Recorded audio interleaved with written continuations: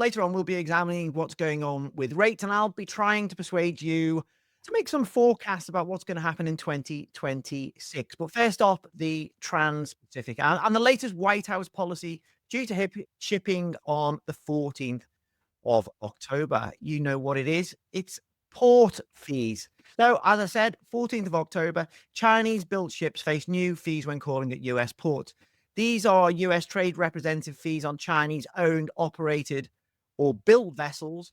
The size of the fee depends on the vessel category. Lars, I've simplified that to a degree, but just briefly, how are carriers reacting in terms of vessel deployment and planning?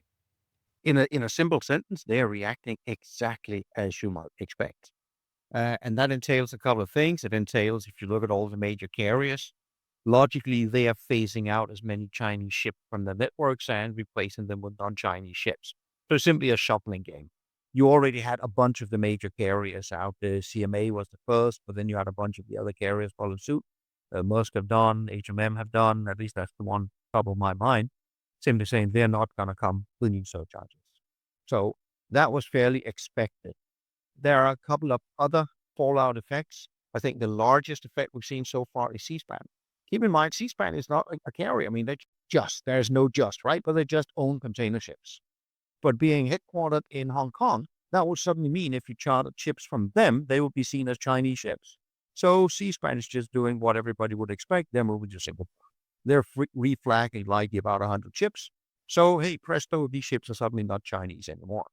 That was completely expected. The third thing also expected, Heidi shipping. I know everybody talks about Costco and OOCL, they're the large ones. But there's Heidi shipping, a small Chinese niche carrier, also having Pacific services into the US. They just announced one of the services is quite simply going to shut down. So all of this playing out exactly as expected. The one I would say that is a little bit unknown, how is Costco and OO going to react? So far, what they've said is they're going to continue to operate as is, and I wouldn't really expect anything less. You have seen them start a service from China to Mexico, not calling the US. Could we see a few more minor modifications like that? I would not necessarily put past them. That's what it looks like right now. Let me throw in a wild card there. Are we sure USTR will be implemented the way we think it is?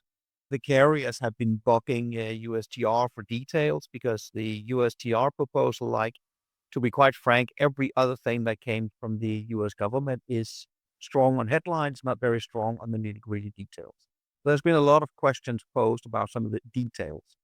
The latest letter that I've seen that came to some of the carriers and the World Shipping Council here about a week or so ago basically said from the USTR, we don't quite have all the details in place yet. And there are two ways to read that. You can read it the way it is. They just don't have the details yet, despite having months to have it worked out. That is what it is.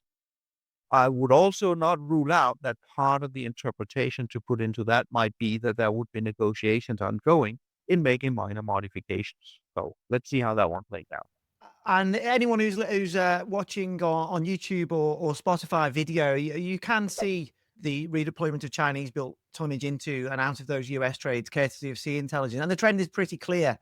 Carriers are getting these ships off the Trans-Pacific. Lars, how does this affect the competitive balance on rates, especially as relation to you mentioned Costco, I know OCL Yeah. there. They're mean, at a the, big disadvantage, right? for Costco and WCL, this is a significant disadvantage. There were estimates made by the HSBC Bank about a month or so ago that for Costco and WCL, you're looking at an annual cost of $1.5 billion. This is not small potatoes. So they are clearly going to be impacted from a competitive perspective.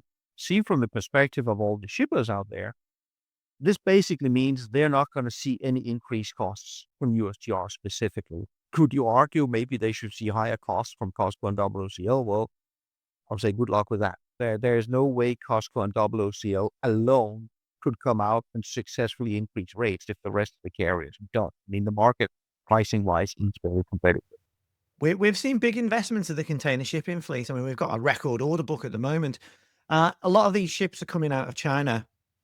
What does that do to their values, and what does it do in terms of ordering future vessels? Nothing. Nothing. No, I mean, a couple of things. I mean, if you look at all the orders that's been placed just in the last few months after it was known that USTR came out, you can't really see any change. Keep in mind, USTR is not just on container ships; it's also on other vessels, right? Has that changed the percentage of which orders goes to China and doesn't go to China? Absolutely not. Don't pin me exactly on it, but as far as I recall, if you look at shipping overall, about 80% of all ships in the world never call the US. So when that is the case, why should we expect the order book to materially change to build more expensive ships? That again should not really be surprising to anyone. USTR, if you read into the detailed argumentation for it, it's very clear. It's actually stated there explicitly also in the executive order covering that one and more initiatives, is to bolster more vessel building in the US. But it was clear right from the start that USTR would do absolutely no such thing. What it potentially could do is move some ships like we saw from C-SPAN to be flagged in other countries or moved elsewhere.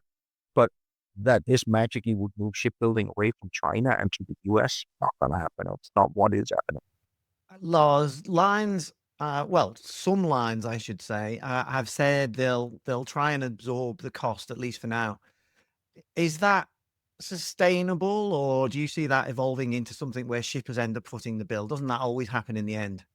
At the end, it happens. But again, if you look at most of the carriers, many of them have just phased the Chinese ships out. So they offer, let's say for sake of argument, I take a Chinese ship away from the US. Now I use it to Australia. And then I have a Korean ship that went to the US. Then my cost hasn't really increased. So there is no cost necessarily to pass through.